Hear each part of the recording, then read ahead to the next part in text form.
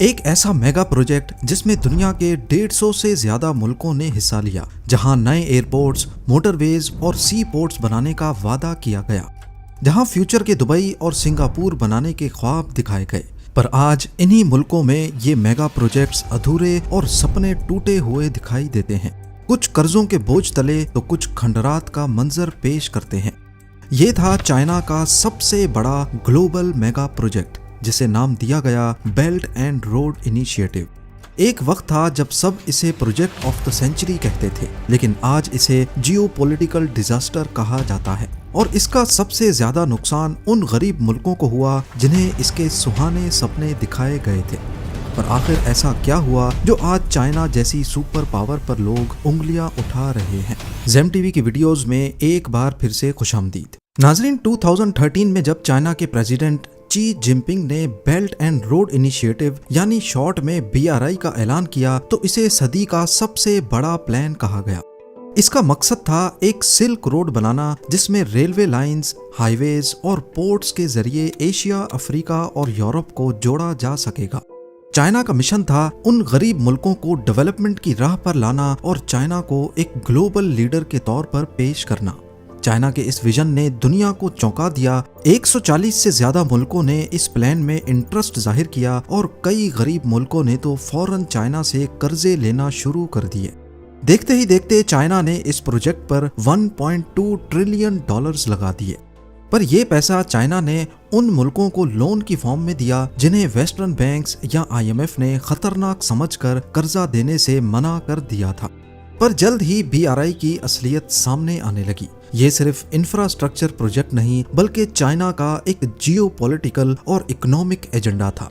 असल में चाइना के पास इंडस्ट्रियल कैपेसिटी इतनी ज्यादा बढ़ चुकी थी, यानी इनके पास सालाना लाखों इंजीनियर्स निकल रहे थे, पर इनको चाइना में जॉब्स पर एडजस्ट करना मुश्किल हो रहा था। तभी चाइना ने इनको एक्सपोर्ट करने और अपनी जियोपॉलिटिकल पावर को बढ़ाने का मंसूबा बनाया।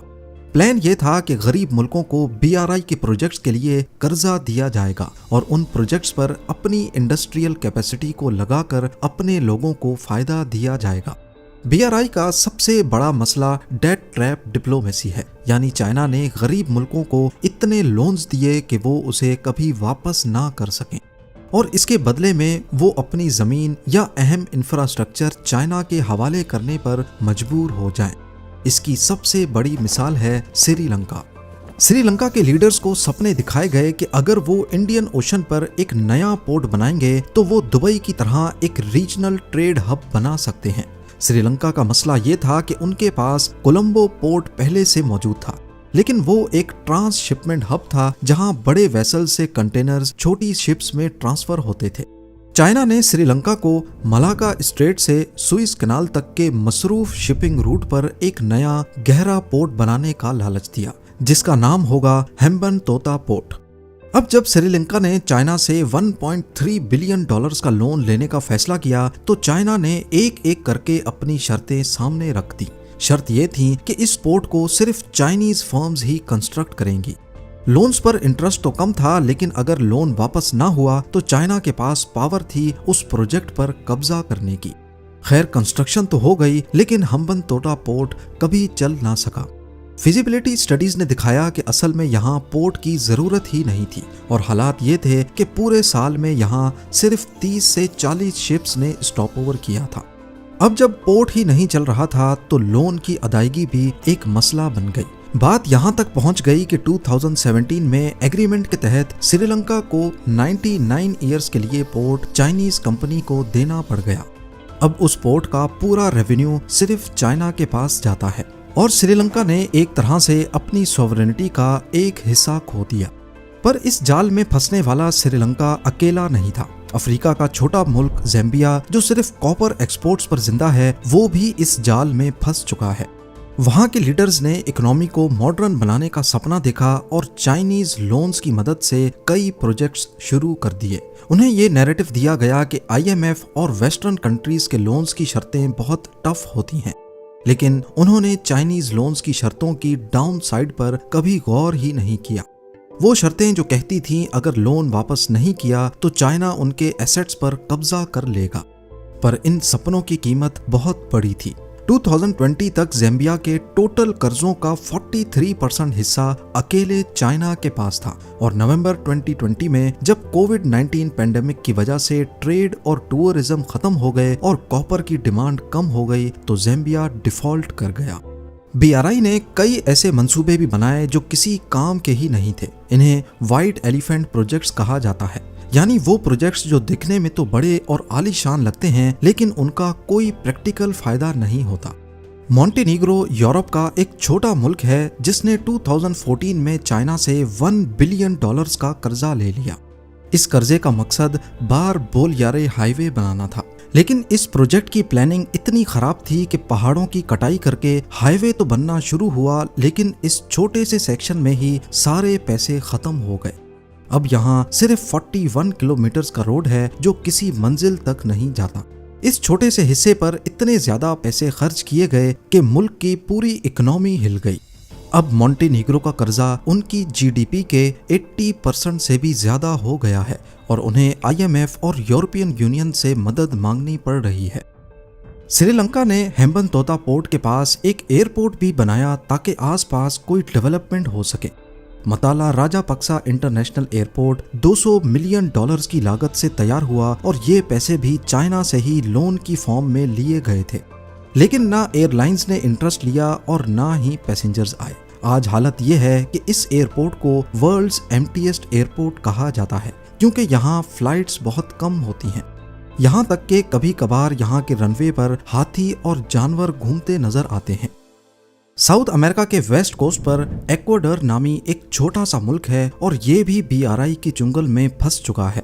उन्होंने अपने एनर्जी क्राइसिस को सॉल्व करने के लिए चाइना के साथ मिलकर $2.6 बिलियन का कोका कोडो सिंक्लेयर नामी डैम बनवाया, लेकिन कंस्ट्रक्शन के दौरान चाइनीज कॉन्ट्रैक्टर्स ने क्वालिटी स्टैंडर्ड्स इग्नोर किए और बाद में सामने आया कि ऑफिशियल्स को रिश्वत देकर काम चलाया गया। नतीजा ये हुआ कि आज डैम की दीवारों पर 17,000 से ज्यादा क्रैक्स मौजूद हैं। आज ये प्रोजेक्ट किसी भी वक्त कोलैप्स करने के खतरे में है, जो सिर्फ एक इकोनॉमिक डिजास्टर नहीं बल्कि एक बहुत बड़ा ह्यूमन और एनवायरमेंटल क्राइसिस भी बन सकता है। उसके बाद आई पाकिस्तान की बारी। CPEC यानी चाइना पाकिस्तान इकोनॉमिक कॉरिडोर, जो पाकिस्तान के लिए $60 बिलियन का मंसूबा था। पाकिस्तान ने CPEC से उम्मीद रखी थी कि बिजली, जॉब्स और तरक्की मिलेगी, लेकिन ज्यादा प्रोजेक्ट्स डिले या फेल हो गए।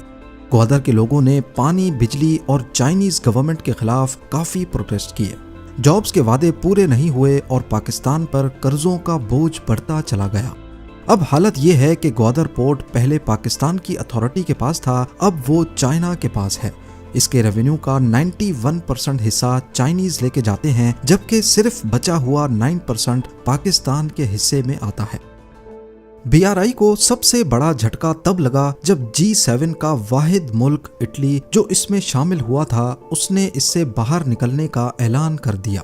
चाइना ने इटली को डायरेक्ट कैश लोन नहीं दिया था, बल्कि MOUs यानी मेमोरेंडम ऑफ अंडरस्टैंडिंग साइन किए थे, जिसमें चाइनीज इन्वेस्टमेंट और ट्रेड डील्स का वादा हुआ था, लेकिन ज्यादा प्रोजेक्ट्स मटेरियलाइज नहीं हुए और इटली को इकोनॉमिकली फायदा बहुत कम मिला। इसीलिए इटली ने बाद में इसे बिग मिस्टेक का नाम दिया और BRI से निकल गया। इटली के अलावा मलेशिया, म्यांमार, बांग्लादेश और नेपाल जैसे मुल्कों ने भी बेल्ट एंड रोड इनिशिएटिव के कुछ प्रोजेक्ट्स को या तो मनसूख कर दिया या फिर उनकी शर्तों को दोबारा तय किया। इस नाकामी को देखते हुए अमेरिका और यूरोप ने भी अपने ऑल्टरनेटिव इनिशिएटिव शुरू किए हैं, जैसे PGII यानी partnership for global infrastructure and investment और यूरोप का ग्लोबल गेटवे प्रोग्राम। ये मंसूबे ट्रांसपेरेंट और लो इंटरेस्ट लोन्स का वादा करते हैं ताकि चाइना के डेट ट्रैप से बचा जा सके। लेकिन इसके नतीजे में चाइना और रशिया के ताल्लुकात मजबूत हुए हैं।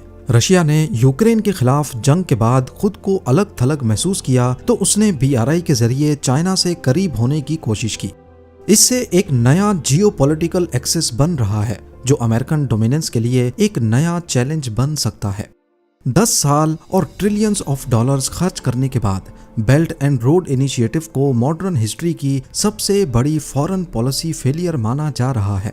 इस नाकामी की सबसे बड़ी वजह यह थी कि BRI कभी भी डेवलपमेंट के लिए था ही नहीं, बल्कि चाइना के अपने मफाद के लिए था। चाइना अपनी एक्स्ट्रा इंडस्ट्रियल कैपेसिटी को एक्सपोर्ट करना चाहता था, रॉ मटेरियल्स तक पहुंच हासिल करना चाहता था और अपनी जियोपॉलिटिकल पावर बढ़ाना चाहता था। साथ ही चाइना ने जितने भी लोन्स दिए ज्यादातर वो चाइनीज युआन में थे, क्योंकि चाइना अपनी करेंसी को भी प्रमोट करना चाहता था। आज बेल्ट एंड रोड इनिशिएटिव एक नए मोड़ पर खड़ा है। चाइना इसे BRI 2.0 के तौर पर दोबारा से रीब्रांड कर रहा है, जिसमें डिजिटल इंफ्रास्ट्रक्चर, ग्रीन एनर्जी और सस्टेनेबल प्रोजेक्ट्स पर ज्यादा तवज्जो दी जा रही है। लेकिन दुनिया अब पहले की तरह सिर्फ वादों पर यकीन करने को तैयार नहीं। अब मुल्क उन्हीं प्रोजेक्ट्स को कबूल करेंगे जो असल इकोनॉमिक फायदा दे सकें, ना कि सिर्फ कर्जों का बोझ बढ़ाएं। सवाल यह है कि BRI से जहां दूसरे मुल्कों को इतना नुकसान हुआ, क्या चाइना को इससे कोई फायदा हुआ या नहीं? असल में चाइना जो चाहता था ठीक वैसा नहीं हो पाया। चाइना चाहता था दुनिया में अपना कंट्रोल बढ़ाना, पर उल्टा BRI की वजह से उस पर डेट ट्रैप डिप्लोमेसी का लेबल लग गया। BRI की वजह से चाइना की खुद की इकोनॉमी स्लो हो गई। अरबों खरबों डॉलर्स के लोन वापस लेने और जिन प्रोजेक्ट्स पर कब्जा किया उनको चलाने की लायबिलिटी भी चाइना पर आ चुकी है। दूसरी तरफ चाइना ने BRI के जरिए दुनिया भर में 100 से ज्यादा पोर्ट्स में डायरेक्ट या इनडायरेक्ट स्टेक ले लिया है, जो चाइना की एक्सपोर्ट इकोनॉमी के लिए काफी फायदेमंद है। अगर BRI का पूरा नेटवर्क कंप्लीट हो गया तो ये एशिया से यूरोप तक का सबसे लंबा रोड रेल सी कनेक्शन होगा, जिसमें दुनिया की 65% पॉपुलेशन कवर हो पाएगी। उम्मीद है जेम टीवी की ये वीडियो भी आप लोग भरपूर लाइक और शेयर करेंगे। आप लोगों के प्यार भरे कमेंट्स का बेहद शुक्रिया। मिलते हैं अगली शानदार वीडियो में।